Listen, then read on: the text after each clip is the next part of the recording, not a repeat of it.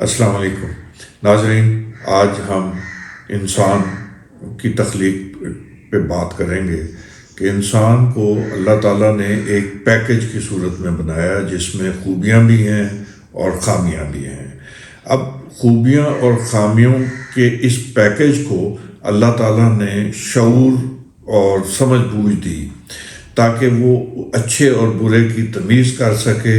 اور فیصلہ کر سکے کہ اس نے کس سمت جانا ہے، اس نے خیر کی طرف جانا ہے، شر کی طرف جانا ہے، بلندیوں کی طرف جانا ہے یا پستیوں کی طرف اپنا سفر جاری کرنا ہے۔ اگر وہ بلندیوں کی طرف جانے کا فیصلہ کرتا ہے تو انعمتا کی کیٹیگری میں پہنچ جاتا ہے، اور انعمتا ظاہر ہے ہم سب جانتے ہیں کہ وہ بہت اعلیٰ درجے کے لوگ ہیں، اور ان میں کچھ کی تو قرآن میں وضاحت بھی آئی کہ اور ان کے بارے میں کہا گیا کہ وہ کیا ہی وہ خوب رفیق ہوں گے، یعنی صالحین، صدیقین، شہداء اور انبیاء۔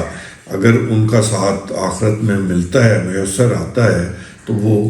کیا خوب رفیق ہوں گے۔ یہ رفیق جو ہیں ان کی رفاقت ہمیں مل سکتی ہے بشرطے کہ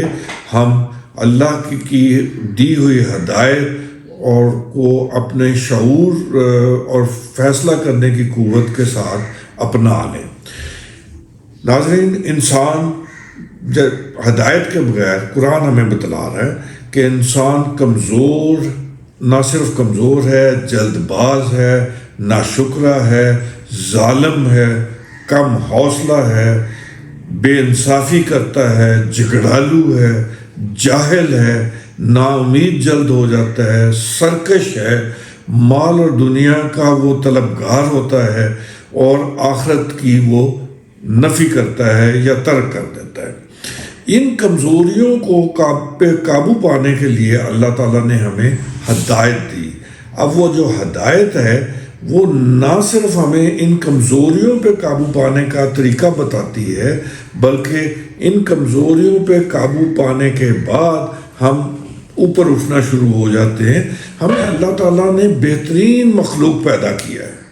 اور اللہ خود کہہ رہا ہے کہ آپ ایک بہترین تخلیق ہیں، اور اس بہترین تخلیق میں اس لیول کی خوبیاں موجود ہیں کہ یہ اپنا سفر انعمتا کی طرف جاری کرتے ہوئے یہ فرشتوں سے بھی اوپر اٹھ جاتا ہے اور اللہ کی خلافت پا لیتا ہے۔ اللہ نے اب زمین میں ہمیں اپنا نائب بنایا ہے۔ اب اس نائب ہونے کے لیے ہماری کچھ ذمہ داریاں بھی ہیں۔ اب ذمہ داریوں کے بغیر تو کوئی اختیار نہیں ہوتا، جہاں ہمیں اختیار ملا ہے وہاں ہمیں ذمہ داریاں بھی ہیں۔ اب وہ جب ہم ذمہ داریاں اپنی ادا کرتے ہیں، ان کا احساس کرتے ہیں، خیال کرتے ہیں اور ان پہ عمل پیرا ہونے کی کوشش کرتے ہیں، تو وہ ہم آہستہ آہستہ صراط مستقیم کی طرف چل پڑتے ہیں۔ جب صراط مستقیم ہمیں میسر آ جاتا ہے تو ہمیں ہماری مراد مل جاتی ہے، اور وہ مراد کیا ہے؟ حقیقی کامیابی، اور حقیقی کامیابی آخرت کی کامیابی ہے۔ دنیا میں جو کچھ ہمیں میسر آنا ہے وہ تو جو ہمارے نصیب میں لکھ دیا گیا وہ ہمیں مل کے رہے گا۔ ساری دنیا مخالفت کر لے وہ ہمارے نصیب میں سے ایک دانہ بھی جو ہے نا کم نہیں کر سکتی، اور جو ہمارے نصیب میں نہیں وہ ساری دنیا بھی چاہے تو ہمیں مل کے نہیں دے سکتی۔ اس سوچ کے ساتھ، اس ایمان کی حالت کے ساتھ ہم پہ جو فرض ہے وہ یہ ہے کہ ہم نے کوشش کرنی ہے۔ اللہ تعالیٰ نے قرآن میں واضح کہہ دیا کہ میں اتنا ہی دوں گا بندے کو جتنی وہ کوشش کرے گا۔ اب یہ کوشش کے حوالے سے دونوں ہیں، دنیا بھی اور آخرت بھی، یعنی آپ کی جسمانی ضروریات کی بھی بات اس میں آ جائے گی اور روحانی ضروریات کی بھی اس میں بات آ جائے گی۔ اب ہم نے یہ فیصلہ کرنا ہے ناظرین کہ ہم کس سمت اپنا سفر جاری رکھنا چاہتے ہیں، اور انشاءاللہ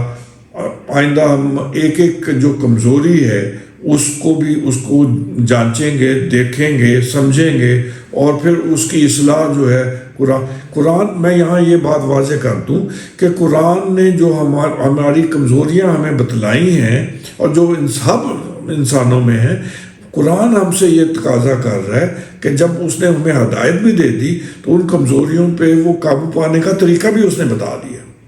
اب وہ طریقہ اور اگر ہمیں سمجھ نہیں یا ہمیں پتہ نہیں تو ہم اس کو سمجھنے کی کوشش کریں گے اور اچھا انسان بننے کی کوشش کریں گے۔